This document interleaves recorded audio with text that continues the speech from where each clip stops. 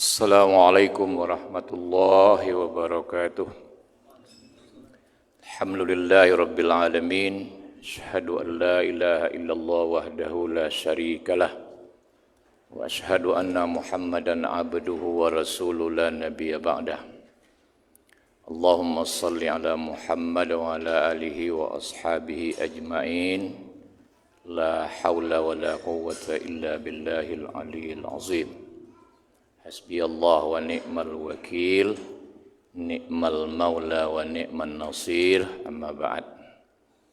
Hadirin hadirat, saudaraku seiman rahimakumullah.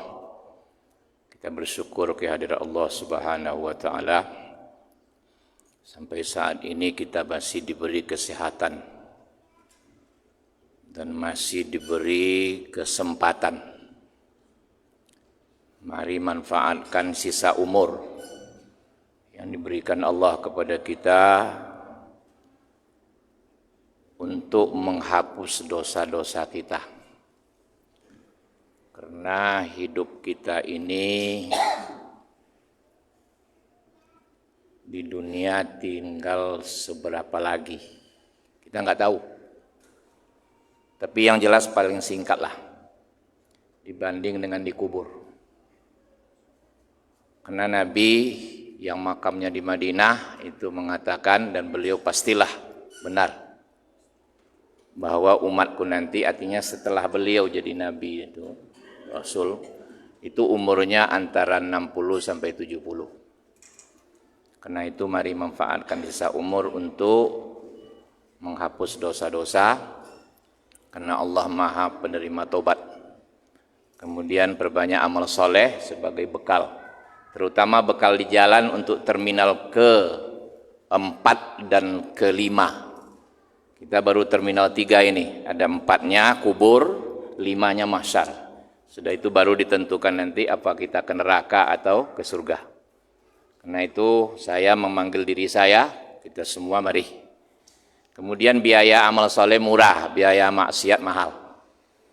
Mungkin Bapak Ibu punya teman yang pernah maksiat menghabiskan uang puluhan juta satu malam itu untuk berjudi dan berzina. Ini mahal.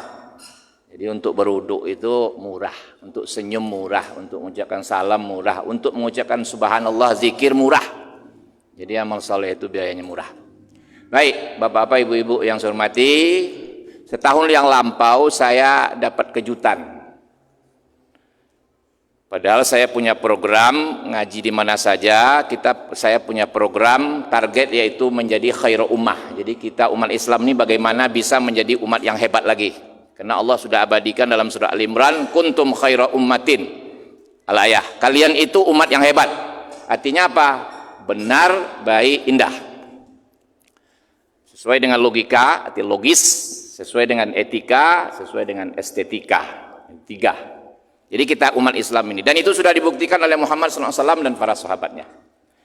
Yang mengejutkan saya setahun yang lampau adalah hasil penelitian di Indonesia, 65% umat Islam tidak bisa baca Quran. Itu mengejutkan bagi saya. Jadi kenapa umat Islam di Indonesia tidak menjadi umat yang hebat? Oh, rupanya 65% tidak bisa baca. Baca saja 65% tidak bisa. Jangan kan paham lagi. Nah, yang bisa tuh mungkin tidak paham pula, belum lagi mengamalkan. Ya banyak yang qori sekarang masuk penjara. Dia kalau baca Quran kita terperangah tuh, tapi masuk penjara akhirnya. Berarti dia tidak paham, tidak mengamalkan ajaran Al-Quran. Dia qori gitu. Nah, ini tidak pandai membaca 65%. Itu kejutan bagi saya. Nah, karena itu saya memanggil di mana-mana sekarang, mari program keluarga kita, seluruh keluarga harus pandai baca Quran. Kemudian sampai mati terus belajar Al-Quran untuk memahami. Itu poin pertama. Poin yang kedua dan berikutnya, di bulan Desember ini saya bicara dengan KUA. Ini kejutan lagi, masalah besar lagi bagi saya. Mudah-mudahan bagi Bapak, Ibu termasuk masalah juga lah. Kita sama-sama atasilah. Kata KUA, sejak saya jadi KUAWO itu pindah-pindah. Mayoritas yang lewat saya, kantor KUA, nikah, itu tidak bisa baca Quran. dan ada terbata-bata. Itu S2 dan S1. Jadi maksud saya gini, ada S2 dan S1. Tolong cek keluarga kita masing-masing. Saya juga bisa jadi di keluarga saya juga, sebelah ayah saya, sebelah ibu saya kan. Coba, mayoritas tidak bisa baca Quran, dan itu ada S1 dan S2. Oke lah, mungkin dia hafal Quran 30 juz tapi tidak bisa baca, disodorkan tidak bisa baca, kayak Muhammad lah SAW. Muhammad itu tidak bisa baca. Jadi tulisan sahabat tuh, ya Rasulullah, ini Quran, tidak bisa dia baca. Tapi dia hafal 30 juz. Ini husnuzon kita begitulah. Tapi tidak begitu, kata dia, tidak begitu, memang tidak bisa baca Quran. Kedua, ditanya rukun iman dan rukun Islam, mayoritas tidak bisa menjawab dengan sempurna.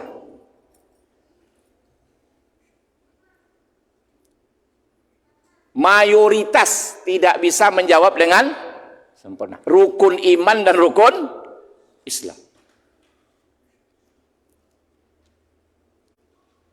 Oke.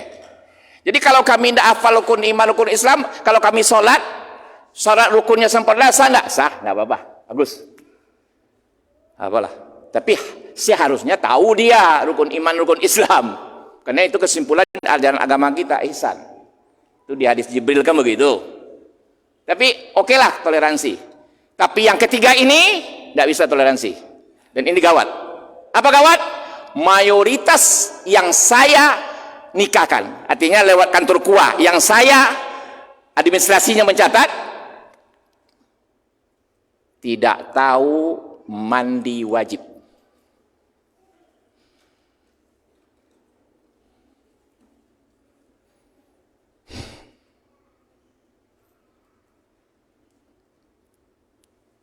Kalau tidak tahu mandi wajib, sholat dia, sah tidak sholatnya?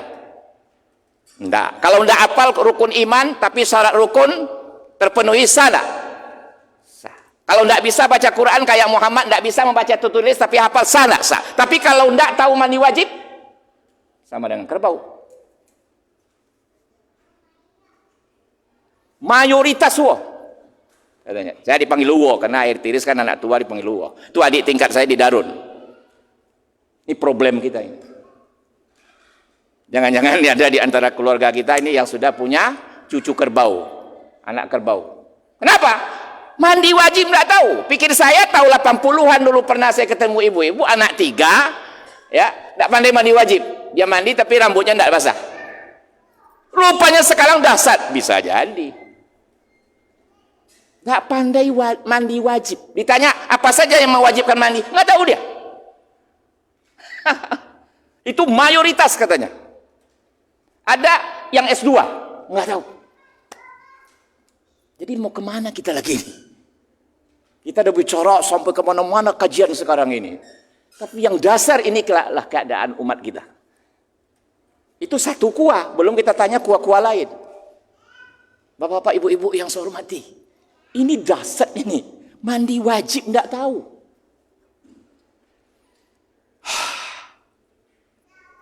Mungkin persoalan ini memang kuncinya tadi baca Quran tidak tahu gitu. Bapak, ibu-ibu yang saya hormati, ini adalah kewajiban kita bersama untuk menanggulanginya ini. Karena sistem pendidikan kita memang sudah rusak. Sistem pendidikan kita sudah rusak. Dan pelan-pelan akan dihilangkan ilmu agama. Ya. Sedangkan dulu, ya, masih ada 2 jam, berapa jam itu ilmu agama di sekolah umum, sudah nggak tahu rukun iman, sudah nggak tahu mandi wajib, apalagi nanti dibuang. Nah karena itu balik kepada keluarga kita. Kalau kita ingin selamat di mahsyar besok, di dunia saja, bahkan belum di mahsyar, di dunia ini, mari cepat-cepat. Yang dasar ini, kalau sudah mandi wajib nggak tahu. Katanya untuk hal yang ini, itu memang saya suruh dia datang berulang-ulang. Saya tatar betul, katanya. Bagus deh. Hidupkan tradisi tahun 60-an di kampung kita dulu.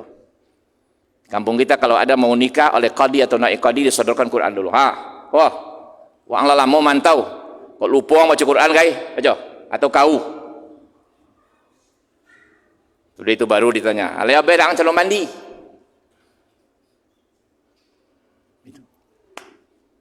Bapak-bapak, ibu-ibu yang saya hormati, ini problem kita. Seiring dengan itu, yang tidak jauh, tidak kalah, dasarnya adalah sudah puluhan telinga saya mendengar hari ini anak zina dinikahkan oleh si jantan. Dasar lagi nih. Si A berzina dengan si B, lahir anaknya si C. Lahir anak si C, maaf. Lahir anak si C, perempuan. Nanti setelah dewasa, ada jodoh, dinikahkan oleh si A ini. Padahal si A ini bukan ayahnya. Apa yang terjadi? Itu zina terus. Ini problem. Sudah puluhan. Saya rasa mungkin ratusan itu, kita nggak tahu. Generasi apa yang akan terjadi ini? Bapak, ibu-ibu yang saya hormati, tolonglah sama-sama kita. Saya sebagai yang menerima informasi sudah saya sampaikan. Nanti di mahsyar kita ketemu. Melepaskan hutang. Kamu dulu tawir, kenapa kau tidak sampai? Ya kalau saya sampaikan nanti saya tidak diundang lagi, ya Allah. Tidak perlu bahasa itu. Karena sekarang kan kaji kalau agak keras-keras kan tidak diundang oleh pengurus lagi. Kesinggung awak, kasar mana kaji. Saya tidak, insya Allah tidak. Yang saya sampaikan, ini problem. Karena saya sayang kepada diri saya terutama dulu. Dan sayang kepada saudara saya seiman.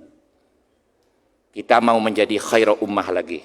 Tapi syarat untuk menjadi khairu ummah kata Nabi, may yuridillahu bi khairan yufaqqihuhu fiddin. Allah baru mengakui kalian umat yang hebat, terbaik kalau kalian paham ajaran agama kalian. Tapi keadaannya begini sekarang. Mandi wajib, mayoritas enggak tahu tadi di sebuah kuah, kantor kuah. Mayoritas tak pandai baca Quran dan ada pun yang bisa terbata-bata. Ditanya rukun iman dan rukun Islam, mayoritas tidak bisa menjawab dengan sempurna. Ini saya rasa yang kunci-kunci aja ini. Sekali lagi, bapak-bapak, ibu-ibu yang saya hormati, tentu tidak mungkin di waktu 15 menit ini kita akan mengurai. Kenapa pentingnya pandai baca Quran, memahami Quran? Karena Quran itu pedoman. Muhammad SAW dan sahabat menjadi umat yang hebat dulu, karena Al-Quran dia amalkan dalam kehidupan. Berarti dia paham. Tidak ada belajar ke Yunani, dia tidak. Dan sekarang di dunia Al-Quran sedang dipelajari orang dari berbagai aspek. Dan orang kafir juga. Kemudian yang tidak kalah penting yang tadi, dua itu, pertama anak zina dinikahkan oleh si jantan, itu bukan ayahnya. Karena yang kalau nikah anak zina itu yang menikahkan wali hakim. Atau sekarang kuah lah begitu. Ya. Nah, kemudian tidak tahu mandi wajib. La ilaha illallah. Itu belum detail, ditanya haid, nifas, wiladah, ya. Bagaimana pembagian najis, bagaimana pembagian hadas, tidak ditanya. Hanya cara mandi wajib nggak tahu. Allah. Barangkali itu sajalah. Mohon maaf setiap tampil di sini saya mengeluarkan masalah. Jadi kalau tidak tahu masalah, gimana kita menyelesaikan?